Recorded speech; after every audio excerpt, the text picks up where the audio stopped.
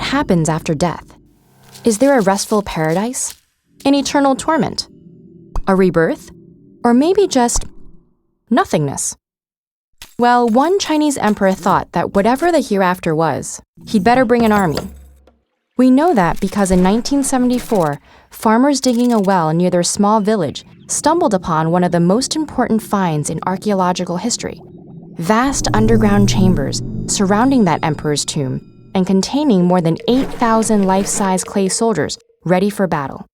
The story of this subterranean army begins with Ying Zheng, who came to power as the king of the Qin state at the age of 13 in 246 BCE.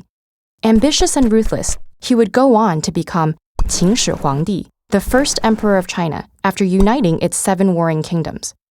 His 36-year reign saw many historic accomplishments, including a universal system of weights and measures, a single standardized writing script for all of China, and a defensive barrier that would later come to be known as the Great Wall.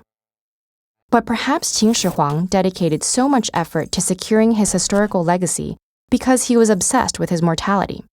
He spent his last years desperately employing alchemists and deploying expeditions in search of elixirs of life that would help him achieve immortality. And as early as the first year of his reign, he began the construction of a massive underground necropolis filled with monuments, artifacts, and an army to accompany him into the next world and continue his rule. This magnificent army is still standing in precise battle formation and is split across several pits. One contains a main force of 6,000 soldiers, each weighing several hundred pounds. A second has more than 130 war chariots and over 600 horses. And a third houses the high command. An empty fourth pit suggests that the grand project could not be finished before the emperor's death. In addition, nearby chambers contain figures of musicians and acrobats, workers and government officials, and various exotic animals, indicating that Emperor Qin had more plans for the afterlife than simply waging war. All the figurines are sculpted from terracotta, or baked earth, a type of reddish-brown clay.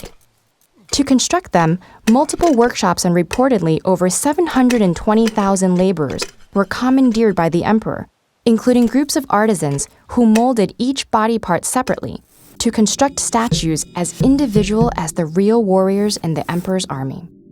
They stand according to rank and feature different weapons and uniforms, distinct hairstyles and expressions, and even unique ears.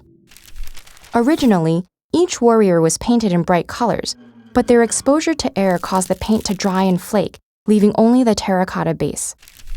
It is for this very reason that another chamber less than a mile away has not been excavated. This is the actual tomb of Qin Shi Huang, reported to contain palaces, precious stones and artifacts, and even rivers of mercury flowing through mountains of bronze. But until a way can be found to expose it without damaging the treasures inside, the tomb remains sealed. Emperor Qin was not alone in wanting company for his final destination. Ancient Egyptian tombs contain clay models representing the ideal afterlife. The dead of Japan's Kofun period were buried with sculptures of horses and houses, and the graves of the Jana Island off the Mexican coast are full of ceramic figurines. Fortunately, as ruthless as he was, Emperor Qin chose to have servants and soldiers built for this purpose, rather than sacrificing living ones to accompany him, as had been practiced in Egypt, West Africa, Anatolia, parts of North America, and even China during the previous Shang and Zhou dynasties. And today, people travel from all over the world to see these stoic soldiers, silently awaiting their battle orders for centuries to come.